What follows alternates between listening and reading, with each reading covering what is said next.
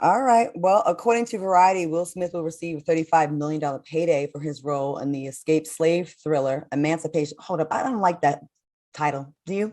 Escape slave thriller. Escape slave thriller? Who's that thrilling to? The slave master? Escape slave thriller? You're not going to believe the antics around. Like, that sounds, I don't like how that's been worded. Okay.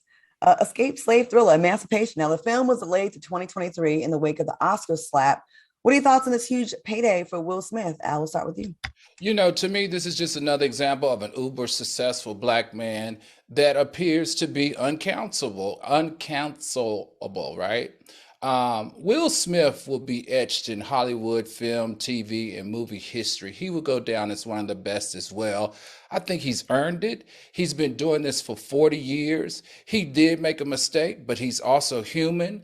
I don't know. I really just am not supporting, and I'm not going to support these very uber successful men of color, black men who have been in the game for more than 30 years, both of them being canceled over a misstep.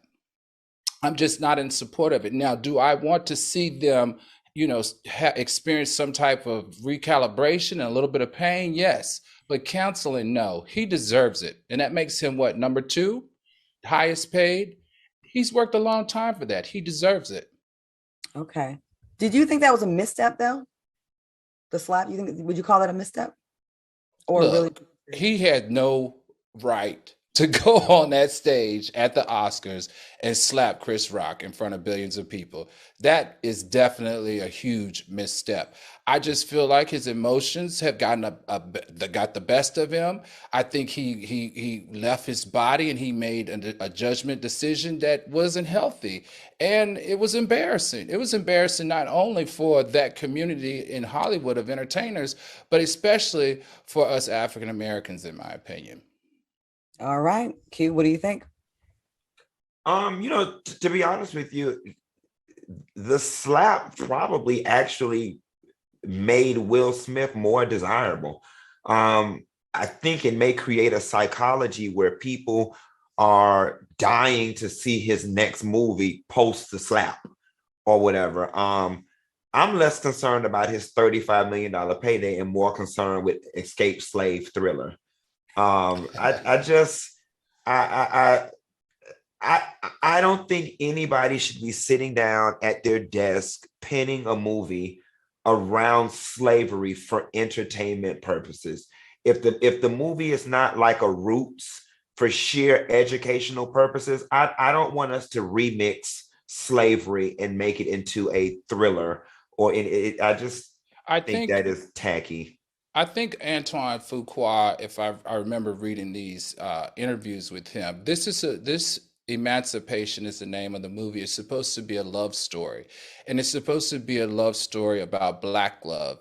And so I'm excited to see how he took slavery as a backdrop and trying to resuscitate it into making it the greatest and deepest Black love story. So I'm excited to see that actually.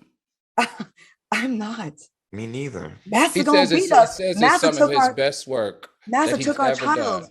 I've been buck broken. Like there's not. Can I see more love stories with a backdrop like Boomerang? Executive at a company with another executive Yeah. falling out of control. The first time I saw a flat screen TV in my life was in Boomerang. Can I see a love story against a backdrop of the stock market or just something where like aspirational? I feel like I get it, the educational ones, but damn it, I'm tired of slave movies. I feel like before all this Mhm. MAGA stuff got turned up, we had a series of slave movies where it just Mhm. brought it the N word flying all the time. People look at it. Mhm. I don't know. I just feel like it's add to our climate. I hear you out. I love love stories, but I'm like, love story against the backdrop of your man getting whipped, your foot getting chopped off, your child being snatched from you. You got to eat chitlins I mean, and think about it, a scraps fusion of between Love Jones and Roots. a. Like what that looks, it just feel wrong. It just do. I I just think maybe we need to know a little bit more about it.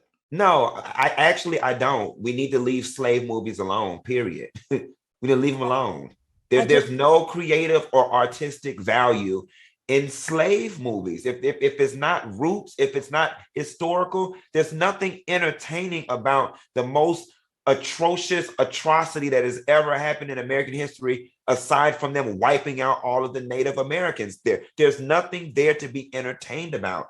I don't. So you don't think you And I don't get think that Black people were in love back then, but I don't care. I don't want to see a love story on the plantation. hmm.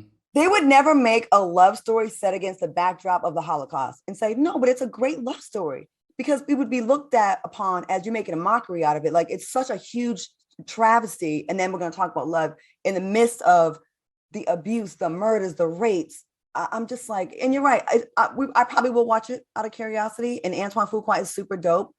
But damn it, like, I just want to see some more balance where we can also, again, like, we had a Black president. Can we make some movies like that, where the world is not coming to an end and the asteroid is not about to hit Earth? Like some dopeness where we're like, we fly again, because we're not getting back to where we were at the highlight of the 90s when we were like aspirational.